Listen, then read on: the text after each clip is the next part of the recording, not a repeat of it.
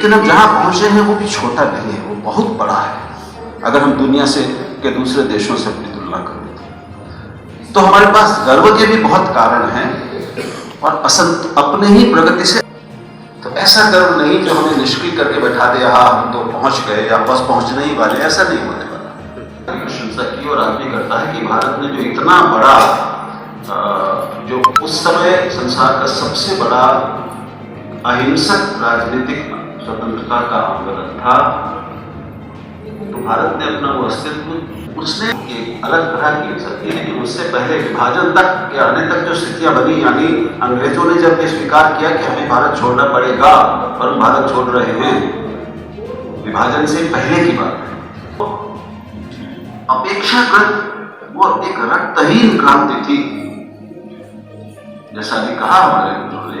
उसमें लाखों लोगों ने कष्ट सहे, बलिदान दिए, जाने गई, अपने जाने दी, जेल गए, काला पानी की सजाएं काटी, बहुत कष्ट सहे, उत्सर्ग किया। बिना उत्सर्ग के कुछ बड़ा मिलता नहीं।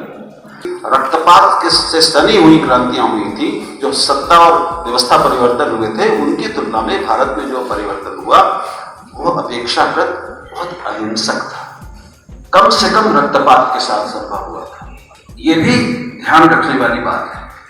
गांधी जी के नेतृत्व में मुख्यतः भारत ने दुनिया के सामने वो आज भी उसका अध्ययन किया जा रहा है और उसके लिए दुनिया हमारी प्रशंसा करती है।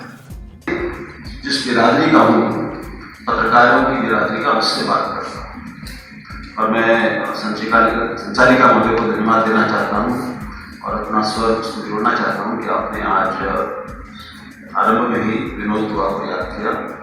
मैं अपने बहुत पुराने मित्र विनोद दुआ जो नहीं रहे कल, उनकी स्मृति को नमन करके उनकी बात करूँ। अब राजनीति में भी दिखती है हमें और समाज में भी दिखने लगी है। अब दोस्ताना असहमतियां नहीं होगी, अब शत्रुताएं होगी। ये एक पत्रकार के रूप में मैं कहूं तो आज पत्रकारों के लिए खुलकर अपनी बात करना या चैनलों और अखबारों के लिए बिल्कुल अपने विवेक की बात लिखना या दिखाना पहले से कठिन हो गया। अभी चैनल काफी हद तक चारण बन गए। अब आलोचना दुर्लभ सुनाई पड़ती है।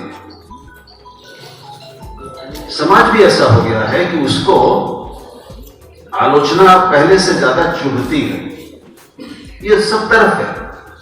आपको लग रहा हो कि मैं बिना नाम लिए बीजेपी की आलोचना कर रहा हूं, तो मैं ये आपको दिला दूं कि जिस कांग्रेस पार्टी के आदरणीय हुड्डा जी इतने वरिष्ठ नेता हैं, स्थितियां वहां भी बिल्कुल ऐसी हैं। वहां भी अपने नेताओं से ऐसे ही आज्ञापालक होने की उम्मीद की जाती है नेतृत्व द्वारा। लोकतंत्र जो है एक बहुत विस्तृत विषय है और दुनिया में मेरे ख्याल में सैकड़ों परिभाषाएं होगी इसकी। अलग अलग देशों में अलग अलग पद्धतियां हैं। लोकतंत्र तो पाकिस्तान भी यही कह रहा है हम लोकतंत्र हैं, लेकिन मैं तो कई बार गया हूँ पाकिस्तान में। असली सरकार कौन चला रहा है वहां? और चलाती है और लोगों को भी एहसास है। इसी प्रकार चाइना भी कहेगा मैं लोकतंत्र में हूं और ये फैसला करके सारी उम्र ये रहेंगे शासक लोकतंत्र है, वो भी लोकतंत्र अपने आप मानते हैं। रशिया में पुतिन भी अपने आप लोकतंत्र का वो कह रहा है मैं लोकतंत्र है मेरे प्रदेश में। इसी प्रकार कहीं भी देख लो, लेकिन लोकतंत्र की शुरुआत जो है वो मैग्ना कार्टा से हुई थी। आज से 1215 ईस्वी में की बात है।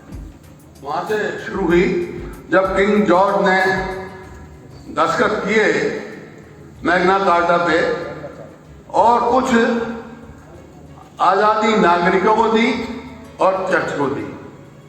शुरुआत वहां से हुई, लेकिन और भी बहुत है। जैसे मैंने कहा बहुत प्रारूप हैं प्राचीन भारत में। जो ये कोई आज की सोच नहीं है लोकतंत्र की। प्राचीन भारत में आपने सुना सभा, समिति, गणराज्य, गण परिषद और ये आपके साथ ही रोहतक है जो उस समय रोहितक नाम से जाना चाहता था और योद्धाओं की राजधानी थी। जो आपने राहुल जी कह रहे थे ना कि आज राजा पेट से पैदा नहीं होता, ये योद्धाओं की प्रथा है।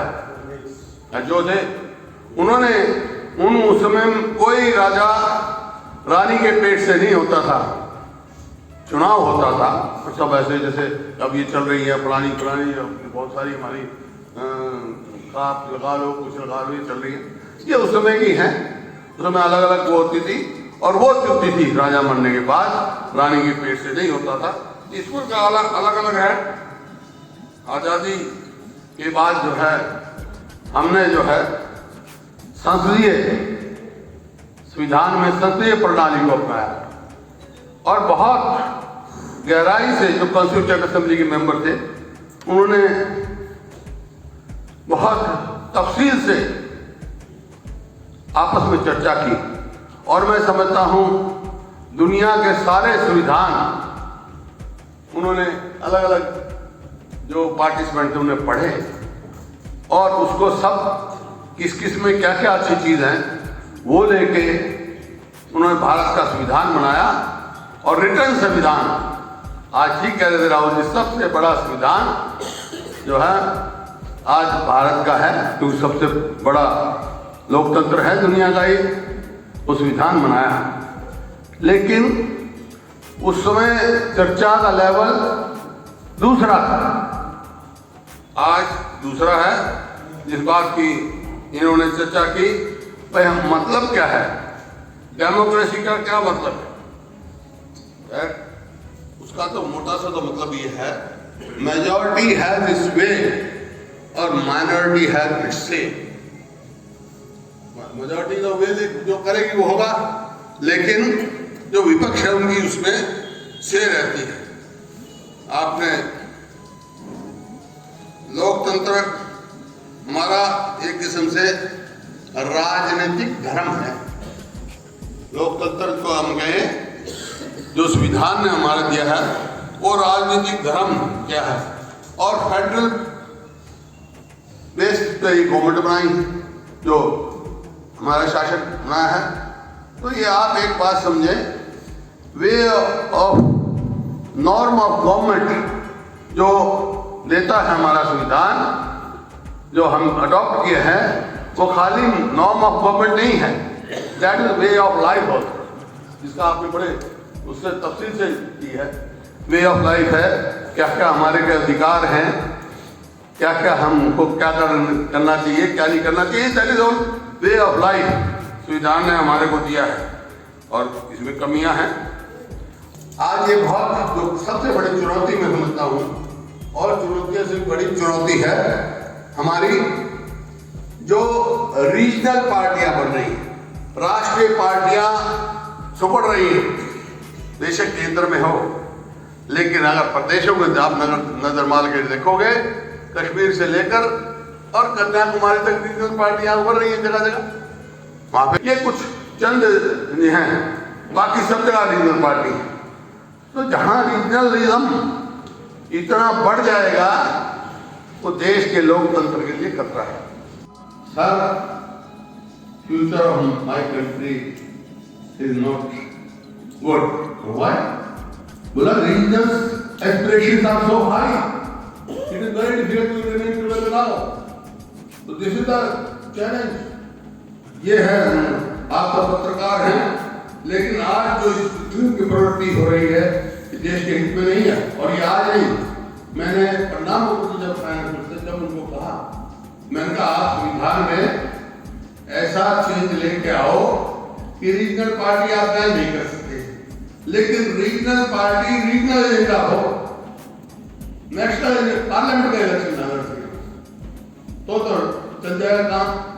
पार्लियामेंट में जिस दिन रीजनल पार्टी अलग अलग आ जाएगी और नेशनल पार्टी घट जाएगी, उस दिन देश के लिए सही खतरा होगा।